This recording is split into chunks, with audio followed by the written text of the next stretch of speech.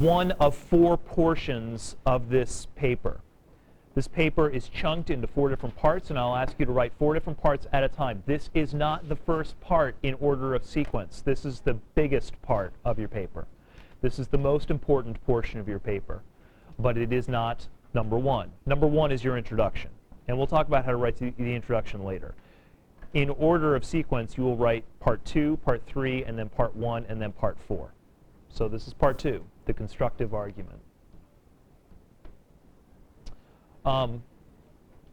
I used constructive. It's a debate term, and it's very helpful for me, and I'll explain exactly what it means to you.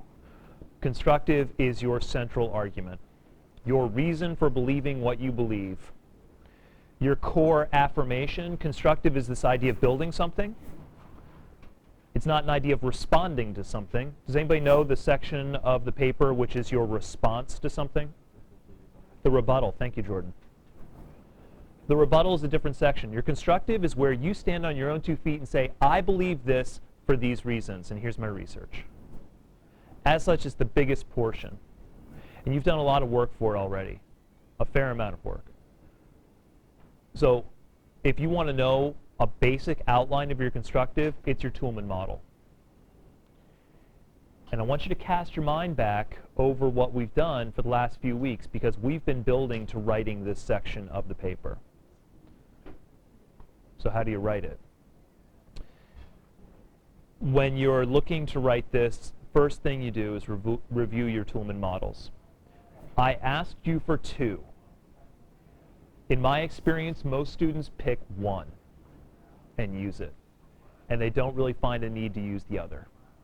I asked you to include 2 in your assignment for me, mainly because I wanted you to stretch your thought a little bit. I wanted you to think about different ways to approach your argument. Most students I found find one way to approach an argument, they're satisfied with it, and they never think about any other direction. And I forced you to think about another direction. Okay, you've been forced. You've stretched your thinking a little bit. Now if you find that that second Toulmin model, the economic model or something else, is not 1, interesting, 2, researched very well, and you can't really do much with it, and furthermore, you find that that first Toulmin model is substantial, you've got a lot of research on it, it's good enough to fill 4 pages, then just do the 1. If, on the other hand, you decide that 1 Toulmin model is not enough, then include 2. Up to you. But in my experience, most students do fine with 1 Toulmin model. So, give you an example. Emma, remind me of your claim again. Okay, legalized gay marriage. And what's your main warrant, the first Toulmin model you constructed is based on what? It's okay. I think it's like has to do with Is it a civil liberties thing, like a rights thing? Okay, so Emma's mainly got a rights argument for her Toulmin model. Now I could, if I'm talking about court cases and I'm making analogies to other civil rights advances in American history, and I'm talking about the current state of gay marriage rights in the United States, man, I'd be hard-pressed to narrow it to 4 pages, especially with research.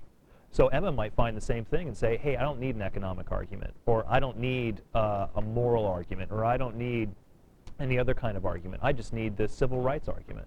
I'm good to go, and I'm fine. Okay? So easy enough. Emma can focus on civil rights itself.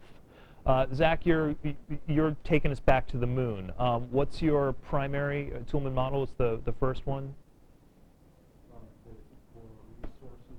Resources, excellent. Economic resources, so we're talking about fuel of some sort or some other. Excellent. So we're going to mine the moon for resources. Fantastic. So the American way, we see something of beauty in the sky and we basically, suck it dry, right? That was a joke, okay. Not very funny. What was your second argument? You didn't have a second Toulmin? Can we think about a second argument for Zach's? Why else would we want to go to the moon besides resources? Right, but that's the resources issue. So it's still part of the same argument. Any other reason we would go back to the moon? Yeah. Oh, excellent. So we want to go to Mars, right? Or we want to go somewhere even further. And this would be a stepping stone. So a stepping stone for further exploration. If Zach finds that his resources argument really only composes about 2 pages of his paper, and he decides, I also want to talk about the stepping stone argument to Mars, great. He's got basically a 2-pronged constructive argument. But that, once again, is his choice. And I don't want to make that choice for him because he's the one doing the research. He knows what he can write best. My advice to you is, based upon past experiences, one good Toulmin model should be able to fill 4 pages. So decide whether you're using both or only one of them. Make that decision based upon the questions you just asked and what I was thinking about with Emma and Zach. Then cast your mind back to the research questions you asked. We did some brainstorming here in class. And by the way, if you're unsure about that, maybe if you missed that class or you want to remind yourself of sort of the thought brainstorming process that goes into it, that's recorded and up on YouTube. That day when we took a couple student Toolman models and we brainstormed research questions, all of that is recorded. And that was a good brainstorming session. I believe we worked on 2 student examples. So if you take a look at those questions, your constructive is basically answering those questions. That's it. Anybody have questions either in memory or written down for theirs that they want to use for examples? Anybody offer me some examples of their research questions? Jordan. Okay, remind me of your claim first. The United States should stay out of foreign affairs. Stay out of foreign affairs. And what were some of your research questions? One was like how much it's costing the U.S. How much it's costing the U.S. I could see out of Jordan's question, how much is it costing the U.S., a substantial paragraph, probably 2/3 of a page, and we're talking about 4 pages here, 2/3 of a page answering one research question, just crunching statistics.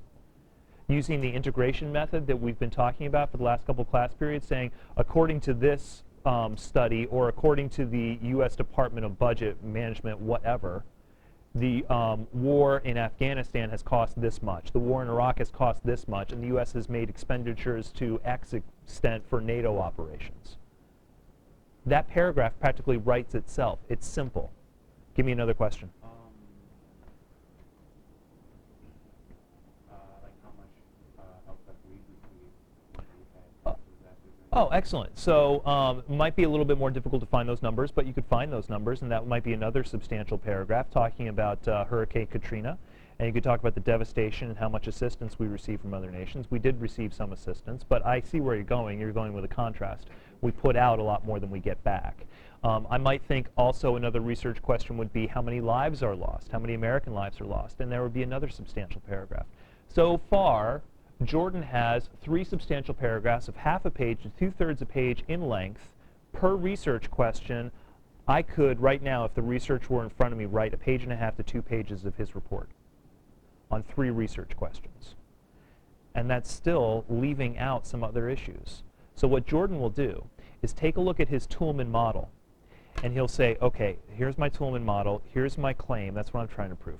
Here's my warrant. What do I need to answer in order to support my warrant? Here are my grounds. What do I need to answer to support my grounds? Develop my research questions, got them in my Google Docs file. Okay, that research question, I need to answer it. I need a paragraph answering that, and so on. And then you assemble the constructive. And 4 pages is not a problem to reach whatsoever. I'll pause there for a moment, because that's basically how you approach the entire thing. Questions? Zoe? Probably. That sounds about right. However, one paragraph or one question might require a couple paragraphs of answer. But I doubt that you would include 2 questions in one paragraph. Okay? Other questions? Okay, then I'd like to work with another student example. We've got about 15 minutes. And what I want to do is basically hack out kind of an outline for this paper. So using a student example, I'd like to see what exactly a paper like this would look like from beginning to end. I've given you some indications with Emma, Zach's, and Jordan's about kind of where you'd go. I want to see a more detailed outline. And I'll work with you through that. Couple notes before we begin. Tomorrow and Thursday, you will all be working together on developing your own outlines. So by the end of Thursday, you will not only have an outline, a complete outline for your constructive, but you will also have presented that outline to a couple students, and they will give you some feedback on it. So by the end of Thursday, you should have a really good sense of where you're going with this, paragraph by paragraph, page by page, exactly what I'm about to do. Second note before I continue, make sure, please, that you are looking at the website. You're second semester seniors. I'm not going to take you on a tour of the website and go over the requirements. You can read those on your own. But the requirements for this paper are detailed, and they're up there in terms of word length and everything else that you might need to worry about. When it comes to writing a draft, I expect the draft to be typed, double-spaced, and approximately the length of the final draft. I'm not going to word count it, so if you want to upload it to Google Docs, that's fine. But if I'm asking for about 4 pages of writing and I see 2.5, you're losing points. So keep that in mind. Take a look at the word minimum and make sure that your draft is approximately that long. I am giving feedback on these drafts. So the better you do, the better my feedback is. Please give me a good draft. I can give you good feedback, and you'll score well in the final draft. Other nitpicky questions before we begin? Jordan. No, I have them photocopied for you. It's an in-class activity. I'm not sure if it's posted on the website, but thanks for offering. Sammy, what are you arguing? Oh, okay. So let's see. Give me the specific claim, word by word. What's your claim?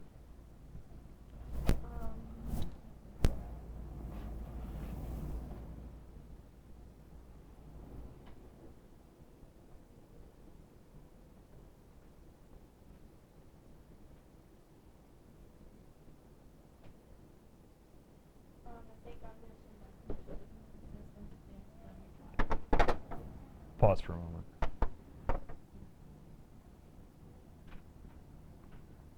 Do you notice that we got a new bulb?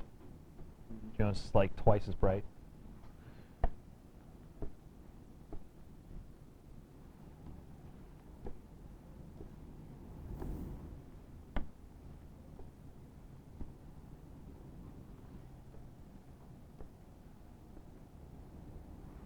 Okay.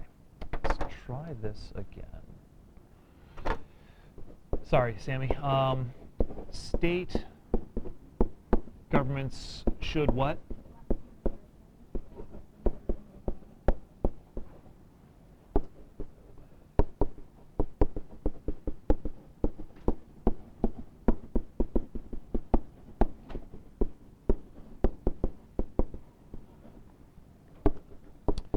Actually, I should change that word giving to donating, but that's fine. Good enough. All right, so let's do some brainstorming. I already have an idea for about 3 different paragraphs and research questions that Sammy will need to answer. So provide her some assistance. What do you think you'll need to know in order to understand this? Brett, what are the restrictions? So discuss restrictions. And I'll show you an arrangement of the outline in just a moment. However, I'm thinking that this will happen pretty early on. And Sammy should, notice, by the way, she's not saying Ohio, she's saying state governments, which means what? Well, all of them, and she'd better provide evidence from at least multiples. Because, Sammy, if you're only providing evidence from Ohio, then you need to narrow your claim to Ohio.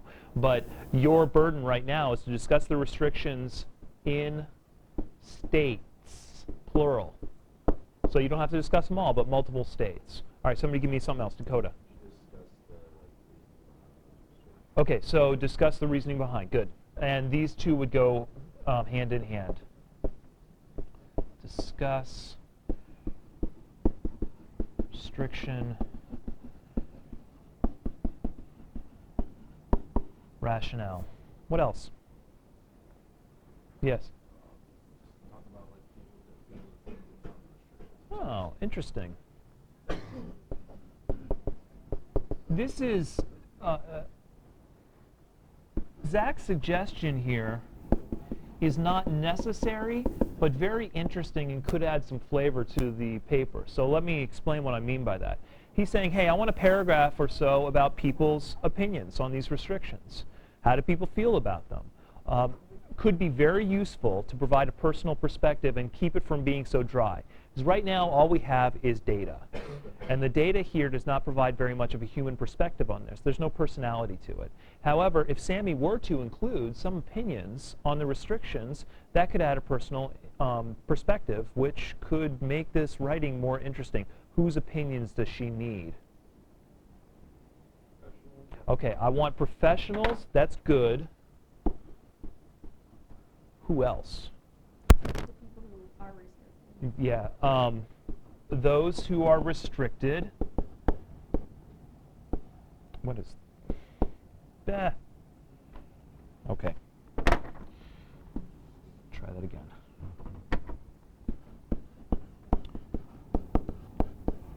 You might have others in mind, but I'm thinking of one other group that would be really effective. The people that are receiving, or the people who have not been able to receive, perhaps, also. So,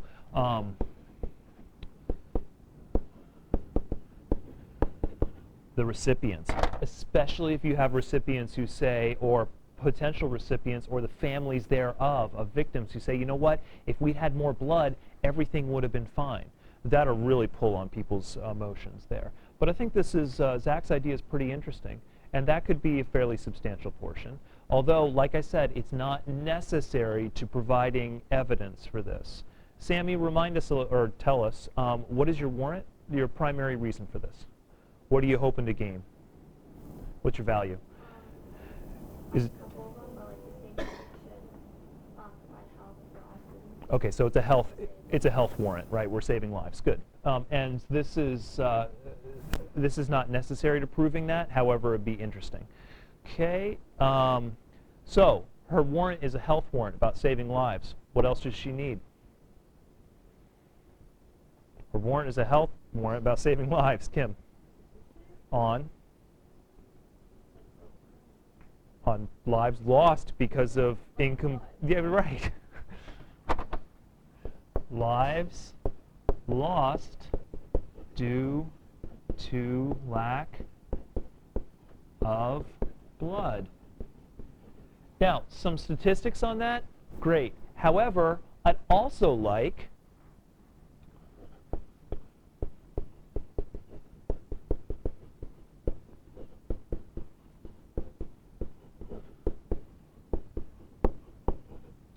what does it mean that we don't have enough blood? Any of you, especially a lot of you involved in the med tech program, what does that mean?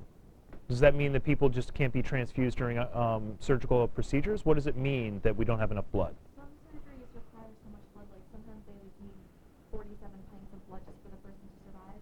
Yes? So like even though you can give blood, it can save up to 3 lives. That's like 3 children's lives almost. Okay. It's like it's not enough. You can need to give more. You can give every 2 months. So are we're talking about surgical situations. Mm-hmm. Are there other situations that we're talking about where people could lose their life if we don't have enough blood? Like if they have like a staffing, then like cancer patients. Cancer patients? Okay. This is what I want. I want a description and a discussion of who is directly affected by a lack of blood. I want stats on the lives lost due to lack of blood. Are we talking about trauma situations? Are we talking about elective surgery situations? What are we talking about? And that's what I want specifically in order to clarify the argument and to help me see the warrant. Okay, so we're discussing the restrictions. We've told the rationale for the restrictions. We've possibly given some opinions. We've definitely given the stats on lives lost and a description of what lack of blood means. Some other big piece is missing.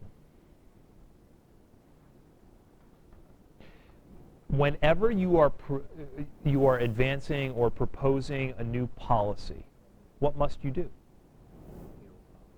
No, we've talked about the old policy. You're right, Jordan, but we've got it. Yeah, what is the new policy? So discuss, Sammy must provide her perspective on what the lessening would be. Are we suddenly opening it to everybody? Sammy, do you want to open it to anybody and everybody who wants to donate blood? Yeah? Okay. Then there would still have to be some sort of checks, right? And some sort of filtering. Sammy, if I remember correctly, in a previous discussion, you had told me that you're thinking AIDS sufferers would be able to donate blood, but it would only be used by other AIDS sufferers. Okay, so it's kind of like we have infected blood, and we can harvest infected blood, but we must give it to already infected patients. All right? That's a discussion that needs to be had. So, oops, color.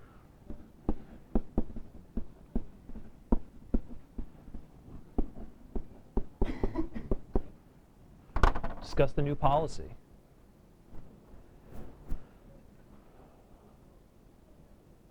What else, if anything? Sammy, did you have any other questions or any other research that you had done that provided information you think you will have to speak about? No, not really. Okay. Then this looks like a very decent basic outline. And let me look at what should be first. If we have 6 different points, what do you think should be first? Okay, discussing the restrictions. So we're discussing the restrictions, and then that means that's got to come next. Then what would come? I'm sorry? This new plan, right about here. I think we need to reorganize in a little bit different way, Taylor. The opinions on the restriction? Yep, so we could talk about that. Since this is all about restrictions, it makes sense for them to move in this order. In other words, this block of 3. This block of 3 would stay together. My question, though, well, hold on. Before the big question, where should the new policy go? The end. You've been taught somewhere in some sort of social studies or English class that your ending discussion, your last paragraph, your last development paragraph, should be something of the most important or the most powerful. For Sammy, that is her new policy. So, and by the way, this would work for many of you. Many of you are advocating new policies. So you should end by showing me what that new policy is and showing me how it would benefit. You've talked the doom and gloom. You've talked the harm and the negativity. End with the positivity. So new policy should be down there. Those last 2, that obviously should go together as well. Should they go before the restrictions or after the restrictions? What do those 2 do for me? What do they do for an audience? Yes? They be able, I think, to like pull you in and want to keep reading. If you start out like describing about the life loss and then going into a description about it, you want to read more about why. Because you have a reason to read. Because you see a problem that needs to be solved. I think Sammy might think about moving this blood lives lost kind of discussion to the beginning. At the beginning, here's what she states. This many lives are lost every year due to lack of blood, and it happens in these situations, surgeries, traumas, cancer patients, and so on. She gives me a good page description about all the problems that a lack of blood causes. And then she provides a transition. Many of these problems are due to restrictions on blood donation in a number of different states. And then, for example, and she's got a page on this right here. These 2 could easily fit a page. I'm thinking maybe a page and a third. And by the way, when I say that, from my perspective, that's because I know how much research it would take to support. If you're throwing the research in there, it will take that long. Quotations, stats, and so on. And then she gives me some opinions. These professionals feel this way about it. These victims feel this way. Readers feel this way about it, and so on. And then she ends with a discussion of her new policy. That will fill her page. That will fill her page requirement, word requirement that I give. So if she's doing it that way, then everything's good. Took us, what, about 10, 12 minutes to hack out that outline. If Sammy's got her research with her, all she needs to do is start writing. This now becomes a lot easier than looking at a blank screen and thinking, I've got to fill 4 pages. And over the next 2 days, we'll take plenty of time in class to make sure that every one of you has reached this level. In fact, 2 days is probably more than enough time that we need to do this. Questions? Okay, you should know what's necessary. And be ready on a moment's notice. I'm not going to criticize you too much, but when I point at people in the room and say, hey, what's your claim? You guys should be able to rattle it off like that. And I ask, what are your Toulmin models or what are your warrants? You should know what you're arguing. And you should be able to pull out research. You should be pretty conversant in your topic at this point. And if not, make sure that you're getting that way because it'll make all the steps subsequently much easier. Good enough.